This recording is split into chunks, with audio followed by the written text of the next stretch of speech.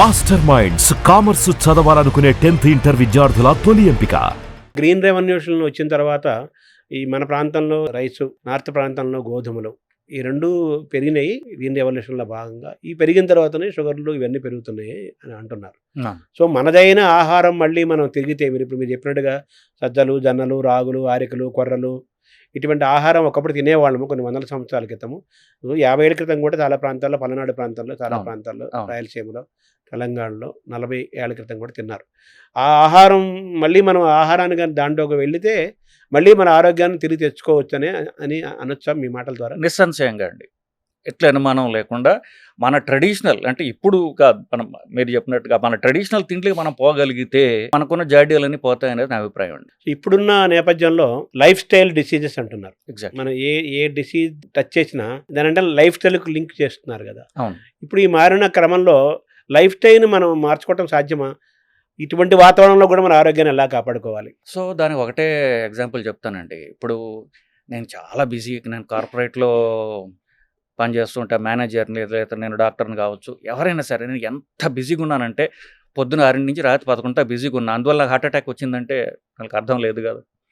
So మీరు ఏం పని చేసినా చివరికి మీరు ఆరోగ్యం పాడు చేసుకున్నంతగా ఉంటే ఆ పని మీకు హానికరం. బిజీగా ఉండొద్దు అని నేను చెప్పట్లా, పని తగ్గించుకోవాలని కూడా నేను చెప్పట్లా. మీరు ఎంత బిజీగా మీ స్కెడ్యూల్ మీరు పెట్టుకుంటారో ఆ స్కెడ్యూల్లో 1 గంట మీరు ఎక్సర్సైజ్ పెట్టుకోకపోతే మీకు మీరు హాని చేసుకుంటున్నారు కదా. మీరు ఆరోగ్యంగా ఉంటే మీ పని ఇంకా బాగా చేయగలరు.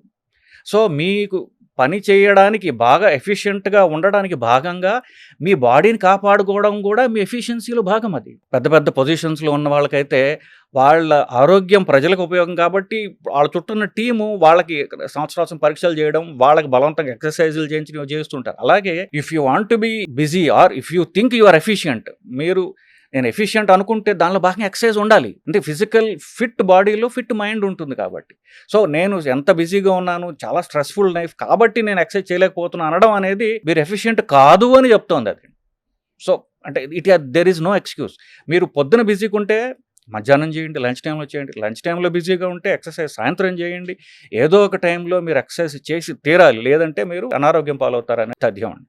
షుగర్లు రాకుండా ఉండాలంటే, శాశ్వతంగా షుగర్ వచ్చిన తర్వాత పెరగకుండా ఉండాలంటే మీరు సూచించేది ఏంటి? సింపుల్ లెక్క అండి. బేసిక్గా మనం తినే తిండిలో క్యాలరీస్ ఎక్కువ ఉంటున్నాయి.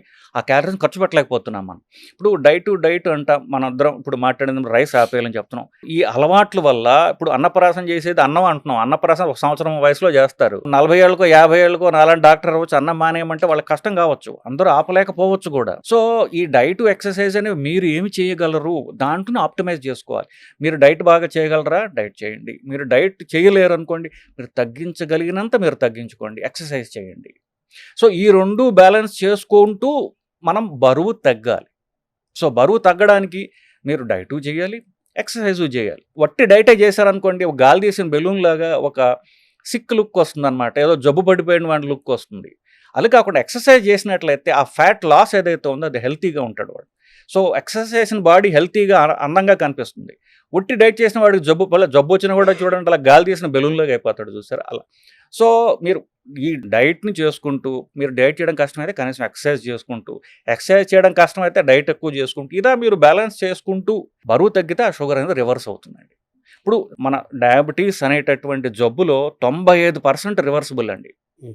95% టైప్ 2 డయాబెటీస్ అంటారు. అంటే అది అధిక బరువు వల్ల వచ్చింది, అది జెనెటిక్గా వచ్చింది కాదు. So 95% reversible. ఇప్పుడు ఎవరెవరైతే డయాబెటీస్ రివర్స్ చేస్తాము అని అడ్వర్టైజ్ చేసుకుంటున్నారో చెప్తున్నారో వాళ్ళందరూ చివరికి ఎఫెక్టివ్గా చేసేది బరువు తగ్గించడమే. సో మీరు బరువు తగ్గించుకోగలిగితే డిసీజ్ రివర్స్ అయిపోతుంది. ఇప్పుడు బరువు తగ్గించడానికి లేటెస్ట్గా కొన్ని ఇంజక్షన్లు కూడా మొత్తం అమెరికాలో ఉండే, ఇప్పుడు ఇండియాలో కూడా ఈ మధ్యనే వచ్చినాయి విన్నాం. అవి నిజంగా ఎఫెక్ట్ చేస్తాయా? సైడ్ ఎఫెక్ట్స్ ఏమైనా ఉంటాయా? నిజానికి బరువు తగ్గడానికి అమెరికా వాళ్ళకి ఏంటంటే అర్థమైపోయింది, జనాలు తిండి ఆపలేరు, ఎక్సర్సైజ్ చేయడం వీళ్ళ వల్ల కాదు, అది ఫిక్స్ అయిపోయాం. సో దీనివల్ల ఏమిటి, సో ఎక్సర్సైజ్ చేయలేరు, తిండి తగ్గించలేరు కాబట్టి నిజం చెప్పాలంటే ఇప్పుడు 2 ఇంజక్షన్లు ఉన్నాయండి భారతదేశంలో ఈరోజు హైదరాబాద్లో అవైలబుల్. 2 ఇంజక్షన్లు ఉన్నాయి, ఒక ట్యాబ్లెట్ ఉంది. అమెరికాలో ఏ బ్రాండ్స్లో ఉన్నాయో అదే బ్రాండ్స్ ఇండియాలో దొరుకుతున్నాయి ప్రస్తుతం మనకి. ఇవన్నీ కూడా మీరు ఆశ్చర్యపోతారు, ఇవన్నీ ఆకలి తగ్గిస్తాయి. అంటే తిండి కట్టుకోవడం ఎంత కష్టమో అర్థమైపోయింది కదా. సో తిండి తగ్గించడానికి, ఆకలి తగ్గించడానికి 3 పనిచేస్తాయి. ఆకలి తగ్గితే బరువు తగ్గుతారు, బరువు తగ్గితే. కానీ ఇవి డెఫినెట్లీ ఇవి సైంటిఫికల్లీ ప్రూవెన్ ఎఫెక్టివ్ అండి, దీనిలో అనుమానం లేదు. నేనే చాలా మందికి కూడా రాస్తూ ఉంటాను. రైబెల్సస్ అనేటటువంటి టాబ్లెట్ ఉన్నది, అలాంటిది విగోవి అనే ఇంజెక్షన్, ఇదే ఇంజెక్షన్ రూపంలో వస్తుంది, అది రాబోతోంది త్వరలో. మోంజారో అనేటటువంటి లేటెస్ట్ ఇంజెక్షన్, అది ప్రస్తుతానికి అవైలబుల్. ఇవి బరువు తగ్గిస్తానిలో effective, no doubt about it. నెలకి 1.5 కిలో నుండి 2 కిలోల దాకా బరువు తగ్గిస్తాయి ఇవి. సో ఇది ఎఫెక్టివ్ హెల్తీ వెయిట్ లాస్. ఇది మీరు సడన్గా 2 నెలల్లో ఏదో పెళ్ళి ఉంది, నేను సడన్గా బరువు తగ్గిపోవాలంటే అన్హెల్తీ వెయిట్ లాస్. సో నెలకి 2 కిలోలు తగ్గడం హెల్తీ వెయిట్ లాస్ అది క్రియేట్ చేస్తుంది. సో ఎవ్రీ మంత్ మీరు 2 కిలోలు తగ్గుతూ పోతుంటే మీరు 6 నెలలకో 7 నెలలకో సంవత్సరానికో మీరు ఎఫెక్టివ్గా హెల్తీగా మీరు ఎంత బరువు ఉండాలో అంత బరువు తీసుకొస్తాయి. అంటే మీరు చెప్పిన ఈ ట్యాబ్లెట్, ఈ ఇంజెక్షన్ల ద్వారా మనకి ఆకలి తగ్గి తీసుకునే ఆహారం ఇంటేక్ తగ్గుతుంది, అవును, తద్వారా బరువు తగ్గుతారు అంటున్నారు. అవును, యావరేజ్ నెలకి 1 నుంచి 2 కేజీలు తగ్గుతారు. అవును, ఒక 6 నెలల పీరియడ్ సుమారుగా 5 to 10 కేజెస్ తగ్గుతారు. అవును. ఇది ఒక ఆరోగ్యమైన విధానంలో హెల్తీగా తగ్గటం అని అంటున్నారు కదా. అవునండి.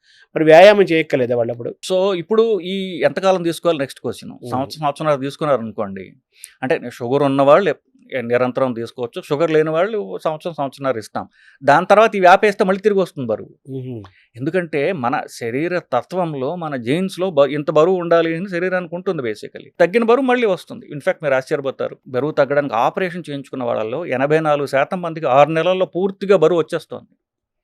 ఎందువల్ల ఇవి బండికి సర్వీస్ చేస్తాయి. మీరు లాంగ్ టర్మ్ బరువు తగ్గడం మళ్ళీ డైట్ అండ్ ఎక్సర్సైజ్ మీద ఆధారపడి ఉంటుంది. సో ఇంజెక్షన్ తీసుకుంటున్నారు, టాబ్లెట్ తీసుకుంటున్నారు, మీరు ఎక్సర్సైజ్ కూడా అలవాటు చేసుకుంటే ఆ వెయిట్ లాస్ ఏదైతుందో పర్మనెంట్గా ఉంటుంది. ఒకవేళ షుగర్ పోయి, బీపీ తగ్గిపోయి, కొలెస్ట్రాల్ తగ్గిపోయి, ఇవన్నీ ఏవైతే మీరు మంచి ఎఫెక్ట్స్ మీరు సాధించారో అవి పర్మనెంట్గా ఉండాలంటే ఎక్సర్సైజు, వెయిట్ లాస్, తిండి మార్పి ఇవి తప్పవండి. మీరు చెప్పినట్టుగా ఇంజక్షన్లు తీసుకున్నా, టాబ్లెట్ వేసుకున్నా తగ్గుతారు, అవి ఆపేస్తే మళ్ళీ పెరుగుతారు. అవునండి. మీరు సర్జరీ చేయించుకున్నా తగ్గినట్టు కనిపిస్తారు, తగ్గుతారు, మళ్ళీ కొన్న కాలంగా మళ్ళీ పెరుగుతారు.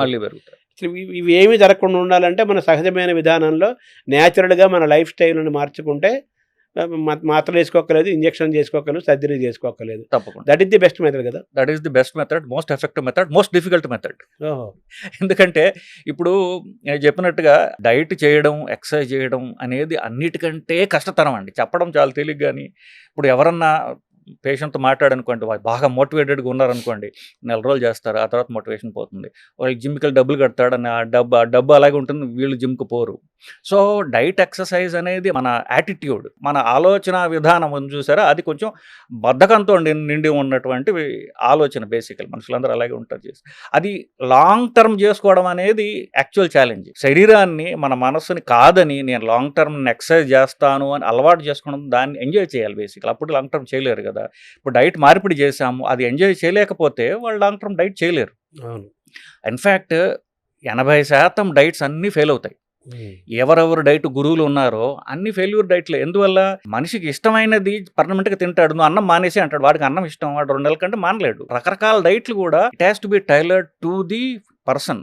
వాళ్ళ ఇష్టాలతోటి మనం వర్క్ చేసుకుంటూ నీకు ఇష్టమైనవన్నీ తిను, రైస్ లేకుండా తిను అని చెప్పాను, వాడి క్లారిటీ వస్తుంది. ఓహో, మనస్సు ఈ విల్ నాట్ ఫీల్ డిప్రైవ్డ్, అప్పుడు లాంగ్ టర్మ్ చేయగలడు.